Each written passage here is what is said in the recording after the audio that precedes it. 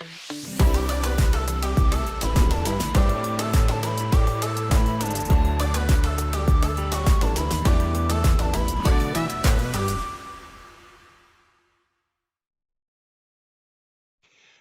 morning, good afternoon, good evening, wherever you may be tuning in from.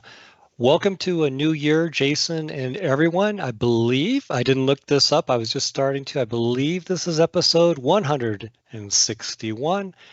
Started on World Backup Day 2020. A little thing called the pandemic kicked off around then too, but thankfully we said goodbye to that, but we're still going strong here. Jason, we wanted to take this opportunity, there's something sort of interesting and mentally about a new year, fresh way of thinking, perhaps new, resolutions, personally, but professionally. Sure. It's an interesting time to both look back as well as look ahead, isn't it? It is, so this is the time of year when most of us have new budgets, we have new goals, right? So, what are you going to try to accomplish for this year? I think for a lot of organizations, there's still pressure on what am I going to accomplish? I'm going to do better at cyber preparedness and DR preparedness, and I'm sending stuff to clouds, but I'm not backing it up. We're going to talk about some of the more interesting things that we saw from the research in 2023, maybe to help fuel a few new 2024 conversations. And speaking of people that are out there, we always encourage folks, we're actually quadcasting 4 different platforms. Encourage you to give a shout out where you're tuning in from. We're going to hit the world map from time to time, beginning of episode towards the end of the episode, just to see where people may be visiting from. We've already got some folks coming in, so appreciate that. We've got a social media team that's standing by and monitoring all that. And of course, Jason, if there are comments, questions, or anyone would like to join in on the conversation, always encourage that as well. So let's tee it up, and maybe for those that haven't seen an episode or haven't seen us in a little while, because it's been a minute since we've been on live, we could also tell people, where does this research come from? It's not just our good ideas, we actually go out and listen ourselves. Yeah, so what we do is we actually contract with third-party analysts and industry firms, and they go out and survey their populations of IT leaders, IT implementers. And so what I thought we could do is look at a few of the more interesting data points that came out of 2023 from some of those studies. By the way, these are pulled directly from the research from before, so the colors are going to look a little bit different, and we'll get a little bit of chance to go down template memory lane. We're going to start with some data that came out from the cloud protection trends for 2023. And Dave, let me cast 2 data points for you, and then I'd love to get your thoughts on it as we look back at the year. This first one was asking both backup admins and Microsoft 365 admins, why do you back up Microsoft 365? And admittedly, we used to see there was a big gap between the backup folks saying, no, you got to back it up, and the SaaS folks saying, recycle bin, it's good enough. And we're not seeing that near as much anymore. In this case, both folks agree that protecting against cyber was number 1. Regulatory compliance, which I love, is number 2, right? It's your data on a server, in a service. I don't care. It's your data. You got to back it up. And then the fact that it has better restoration capabilities than the built-in is top 3. But I like the fact that both sides got this one right. What did you think when you first saw this last year, and how did that lay out for the rest of 23? Yeah, I was really pleased because usually it's a kind of an indication of maturity of, in this case, the platform that's being protected, Microsoft 365. I always assert that M365, in particular, Exchange Online, is one of the most interesting SaaS-based applications because we're all very used to protecting that prior when it was a data center deployed app, of course, along with OneDrive, SharePoint, what have you. But the other thing that I think is really interesting is people are starting to understand there's a difference between the provider, Microsoft in this case, doing a fantastic job about guaranteeing availability of the infrastructure, but a need to protect the data, which through a variety of reasons could get overwritten, become corrupt, or unfortunately, as we learned throughout the year, to answer the second part of your question, is an attack vector for bad actors, meaning ransomware cyber issues. Yeah, no doubt. And certainly, what Microsoft talks about is the shared responsibility model that pervades whether you're talking about 365, Amazon data, Salesforce data, Google data. It's your data. right? So I think that in this case, they got that part of the question right. Now let's take a look at a second data point that got a little bit fuzzier. And that is when we looked at infrastructure overall. Now, as a side note, I love the fact that almost a third of all the workloads that are being stood up into cloud are not migrated, right? The data center is not going away. We don't have time to talk about that. But the inverse of that is organizations were also asked, when you moved a workload into a cloud, did you keep it there? Right. And only 12% of respondents, only 1 in 8 organizations said, oh, yeah, it was a one-way trip. Right. For 7 out of 8 organizations, they pulled workloads from the cloud back on-prem or maybe to another cloud. Again, maybe they did it for DR, maybe they did it for let's call it cloud remorse. It runs better on-prem. Maybe they did it because they dev'd in one cloud and they needed to move it to a different cloud overall. But I think the mobility aspect is something that a lot of folks underestimate. Dave, I know this is an important passion area for you. Let's talk about flexibility and mobility among clouds. Yeah, I think there's so much to unpack in these 2 data points. Very, very simply, on the left-hand side, I think to me the big takeaway, Jason, is all deployment models matter. Yeah. Right. Nothing has won out to the exclusion of something else. In fact, the highest percentage was 37%. It's almost perfect thirds, not quite, but you very much get the idea that you have to focus on-prem physical, on-prem virtual, as well as clouds. So in other words, there are valid use cases for these deployment models. To me, I think you nailed a couple of really great takeaways on the right-hand side. If I were to name one that really I think is fantastic, is that of those 3 kind of green bars there on the rightmost side, the number one reason why someone would redeploy or even repatriate or move data was because that was already the intent. Sure. It wasn't buyer's remorse. It wasn't cost efficiency. And certainly those things could happen. But in this data set of 1,200 plus, actually closer to 1,300 organizations, which we should mention are not just Veeam customers. No. This is industry-wide. This is worldwide. This is across multiple verticals. So, and it's blind. No one knows Veeam's asking the question. So we did our best to try to really listen to the market. And here, to your point, Jason, only 12% are saying we threw it up there, never took it back. But the majority are saying if we did bring it back, we brought it back because we always wanted to perhaps dev in the cloud, go into production on-prem. We had some other reason in mind. This was part and parcel of the plan from day one.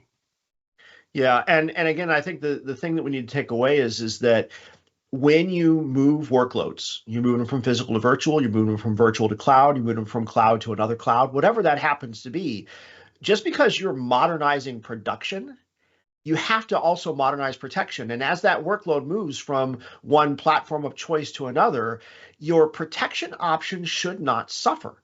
Right. And in fact, we have lots of data from several different reports that all look at that same impetus. And something I think a lot of folks are going to be working on in 24 is how do I make sure that no matter where I choose to put a workload, it is adequately protected for long-term retention.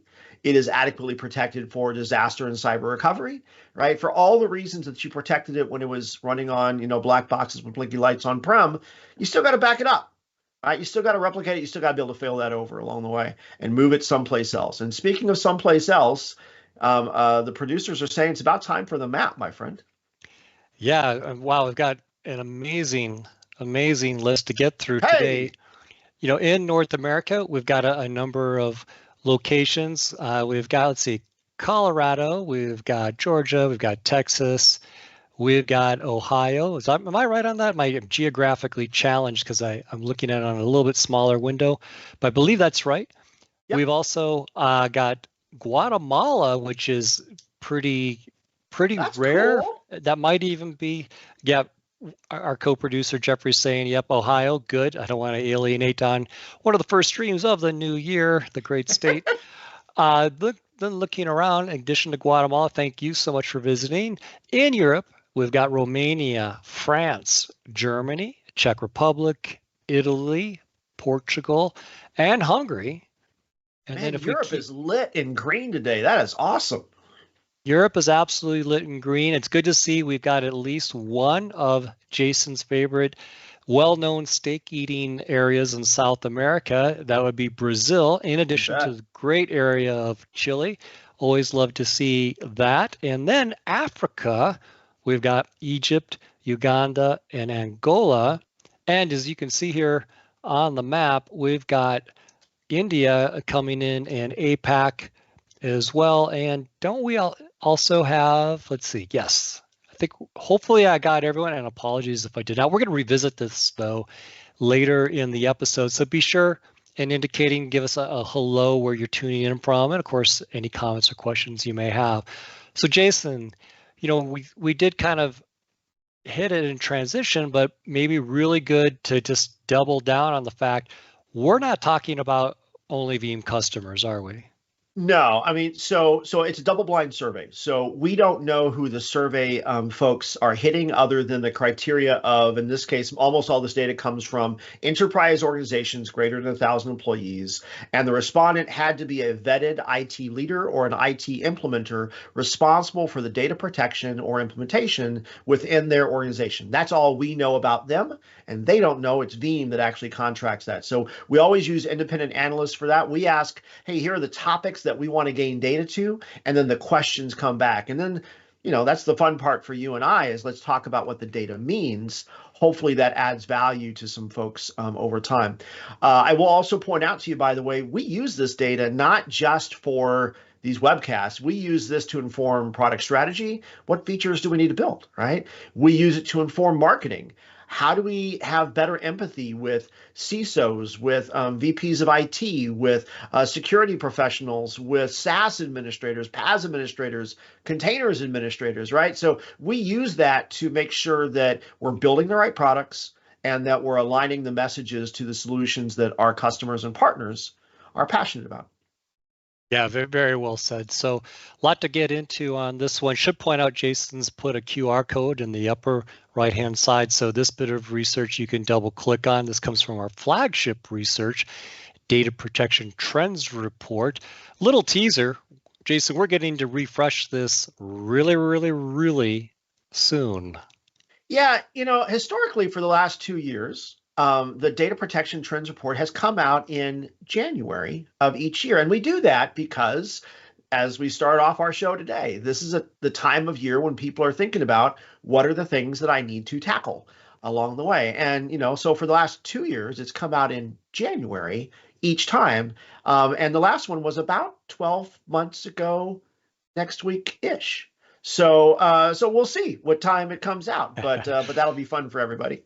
So if you're a betting person, there might be some activity next week, and you might be able to anticipate there's going to be a half a dozen or so live streams in the near future that start on this updated research. Well, I'm not normally a betting person, but I am going to point out that I am going to be in Vegas next week. So as a betting person, that simply that might add to the excitement for the week. So we'll see. Brilliant.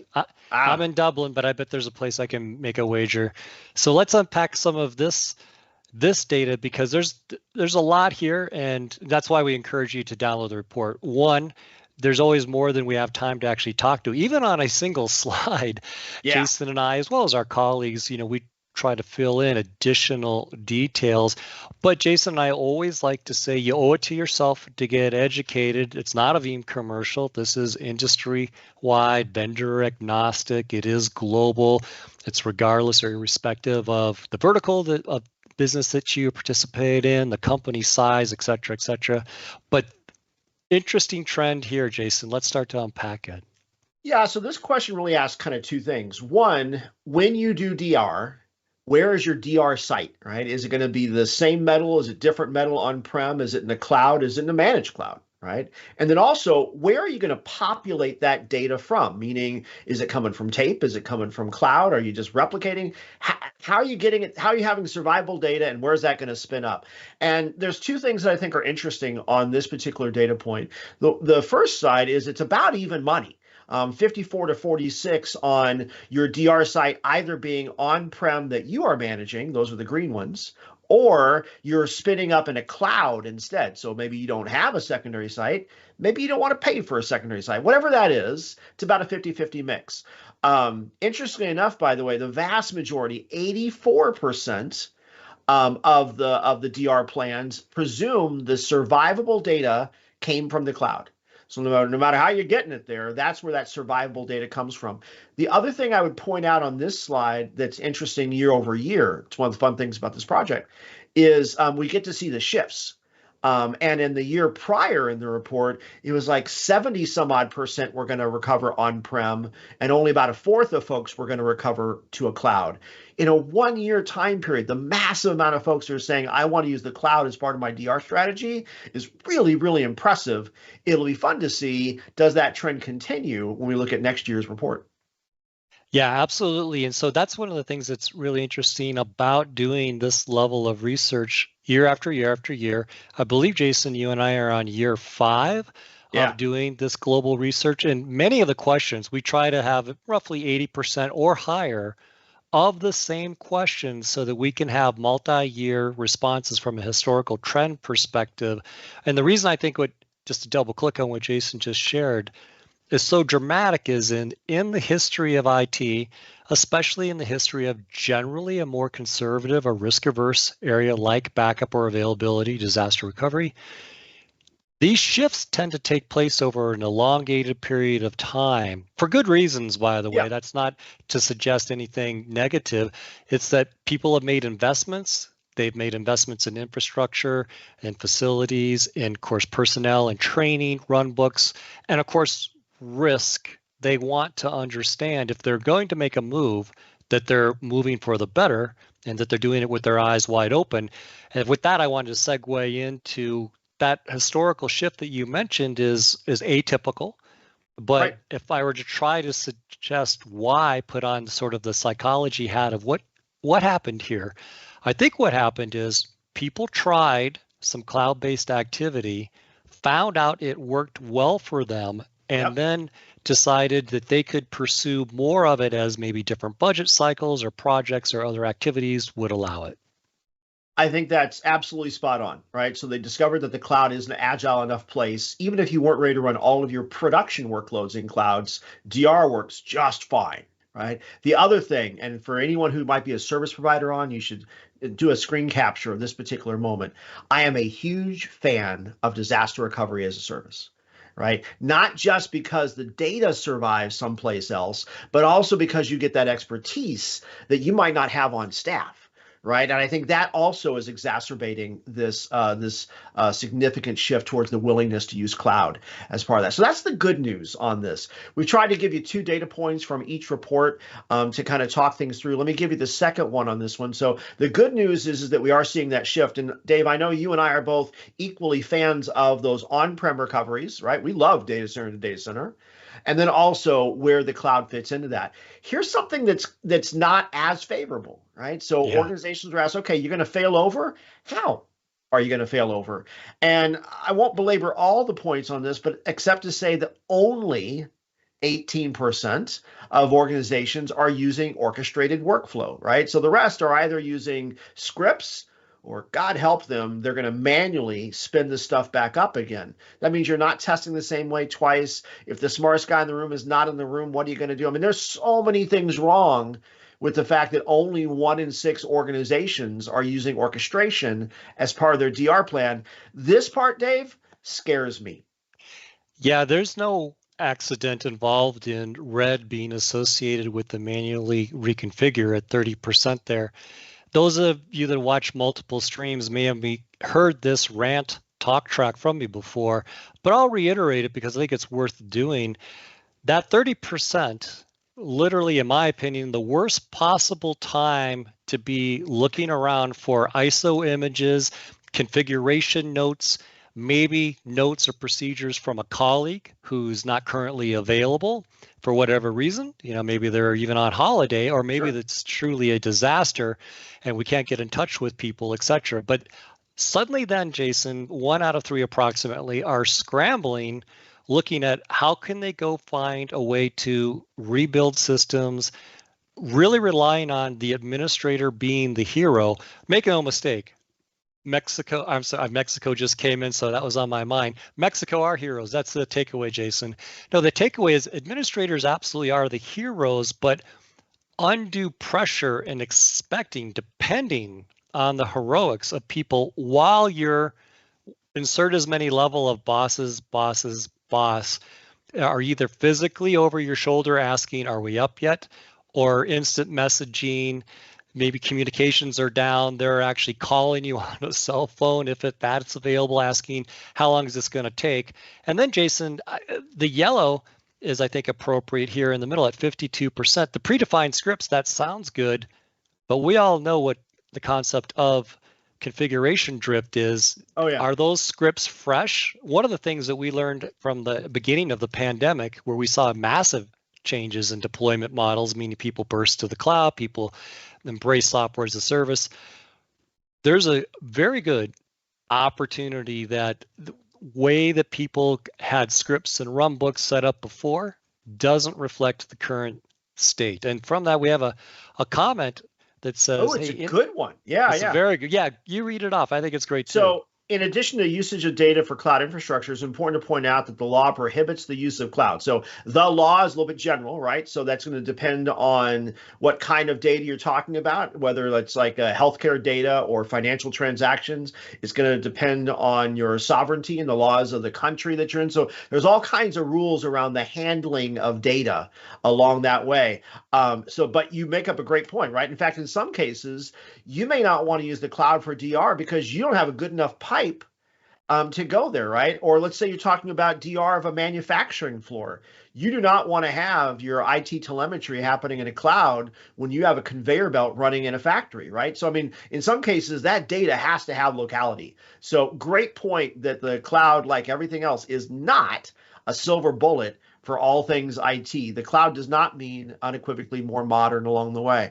But in this case, just coming back to the idea of orchestration, though, there's just so many flaws in this. You didn't actually point out my favorite flaw, and that is that when you do DR testing, you need to be testing or prepping, you need to be testing the way that you're actually going to do it. And if you're doing it manually, you'll never test the same way twice, and then you're going to be surprised when it doesn't work. If you ever want to test this theory, do a tabletop exercise for a ransomware event, and right before the ransomware event starts, have the smartest guy in the room leave the room. Yes. Right? And then watch how the rest of the team does not effectively recover from that event. That can be a very learning and humbling moment.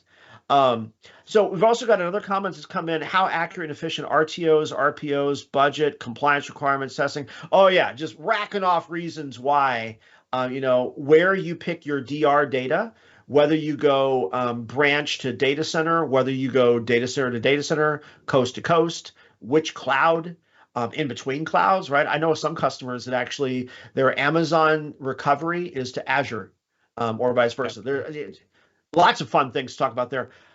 Dave, you want to hit the map and talk about all the other ways that folks are interacting, and then we'll come back and talk about the elephant in the room, starts with an R.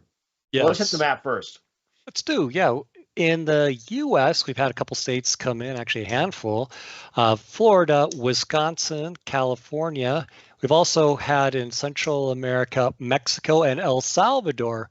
Jason, racking my brain, El Salvador may be a new first time for us. Maybe, at least it's not been, it's been a while if they haven't been there.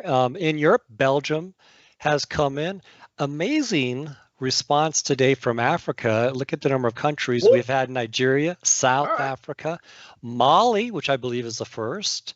Mozambique has also come in. So shout out to all there. And then APAC, we've had UAE, United Arab Emirates, which it's been a while since I've been there, so I need to get out there. That's a good reminder. So thank you all very much for that. So we've been progressing from good news to not as good news to, we usually don't end on the negative, but we do this not to sort of be dramatic, but to try to be illuminative, to suggest now is a good time to consider the survivability of your systems, your data, and the reality of the landscape of which all of us find ourselves in. Because Jason, ransomware, cyber, the big R that you referred to, ransomware, is largely a crime of opportunity. They're absolutely selected, targeted accounts, state-sponsored events, but more often not, I like to liken it to it's like a fishing net, right? Cast the net into the sea. Whatever I can get, I get because it's just about dollars. Yeah, so we talked earlier about the flagship report that actually Veeam has been doing it in some way or another for 8 or 9 years now, almost a decade. You and I have been co-curating it with our colleagues in marketing for the last 5 or so. I just celebrated my 6th year at Veeam, and I think you're just months away from doing that as well. Over that time, the DPR report has surveyed 11,000 folks so far, not including what might be coming out later this month. The ransomware report has had 2 versions of its project. Now, this project actually surveyed more than 1,000 each year on folks that actually got hit, right? So these are lessons learned. And so here is one of the hardest lessons they've learned. And if you're writing notes, here's the takeaway. It's going to be worse than you think. Right? Just that simple. It's going to be worse than you think. And here's what I mean by that. Of the 1,000 organizations that got hit last year, the average was 45% of their production data was affected. Right? And the way I try to describe that, think about it, call it 2 out of 5, right? It's 40% round down and be optimistic. 2 out of 5 hard drives, 2 out of 5 mailboxes, 2 out of 5 applications, 2 out of 5 of whatever you hold precious. Dave, you and I are both dads, right? So can you imagine 2 out of 5 of your kids' pictures from when they were little? Don't get to do those again, right? 2 out of 5 of your grandparents' pictures from when they were little in black and white. Don't get to do those again. 2 out of 5 goes away. So that's the downside. And oh, by the way, it gets worse. Of the 1,000 organizations that got hit last year, on average, all well-intentions, they were able to, again, not being customers, were able to recover 2/3 of what was affected. So 45% got shredded, 2/3 of that came back, so roughly 30% came back. That means you should plan on losing 15% of your production data after a successful breach. And that is just butt ugly scary. It absolutely is. And, it's important to look at the bars, the color coding at the bottom of this. Jason just cited off the averages, meaning those large numbers there, the 45 to 66%. If you're an optimist, and bless you if you are, I happen to be one by nature, but I always say optimism is good, but realism, especially when it comes to availability, is very, very important here. You have to consider the worst case scenario, which is you could be skewed more towards the below average in terms of the results, meaning you actually lose more systems, get less data back. So when you read these averages, yes, Seema says that's insane. Those are scary stats. I absolutely agree. And that's why we want to share it. The point isn't to be alarmist. The point is, hey, go have a conversation with your team, your boss, what have you, and just say, look, this is industry-wide data. So regardless of our backup vendor, regardless of what business we're in, what geography in, the company size, this is what's happening. And again, Jason mentioned the critical bit, which is this is over 1,000 organizations that got hit. This isn't a hypothetical. This actually happened. And it wasn't happened in their lifetime. It was 1,000 plus, I think it was 1,200 organizations that got hit in the last 12 months. So recently, this is the math. Jason, I will even double down on this, meaning we've got data points that suggest that many of us, in fact, about half of us, are going to get hit 2 or 3 times. 49% of us are going to get hit 2 or 3 times with ransomware in a 12-month period. If you take the average of 15% data loss, there's nobody that probably has 15% of their data that they can afford to lose the first time, now the second time, or potentially even a third time. At some point, this literally threatens the ongoing viability of the business. Absolutely, absolutely. Which is such a cheery way for us to end the year. You mentioned you're a natural optimist. I'm a scout leader, right? So our motto is be prepared. It works in the DR space. It works on a scout campout. But I presume that things are going to go bad. And right now, the data has proven me right. So definitely something that you owe yourself to get smarter on. The QR code in the upper right-hand corner, that's actually a different QR code. That one actually goes to the lessons learned from, as Dave mentioned, 1,200 organizations that suffered at least one successful cyber breach in calendar 2022. This report came out in 23. And just like DPR comes out every January-ish, the ransomware report for the last couple of years has always come out at VMON, which this year is the first week of June of 2024. So we'll see if history repeats itself yet again. And maybe that's the way we should finish our call for today. Yeah, brilliant. Absolutely. Thank you, everyone, for joining. Again, we always like to encourage people, go get informed, download this research, not a Veeam commercial by any stretch of the imagination. And you can anticipate, while that next week, Jason's traveling to Las Vegas, I'm traveling to Dublin, Ireland, that we're probably going to be back unpacking brand new research that's industry, global, independent, agnostic of deployment model, delivery mechanism, backup vendor, you name it. So until then, thanks for all the engagement to everyone. Fantastic. Stay safe, stay positive, and we'll see you next time. Take care.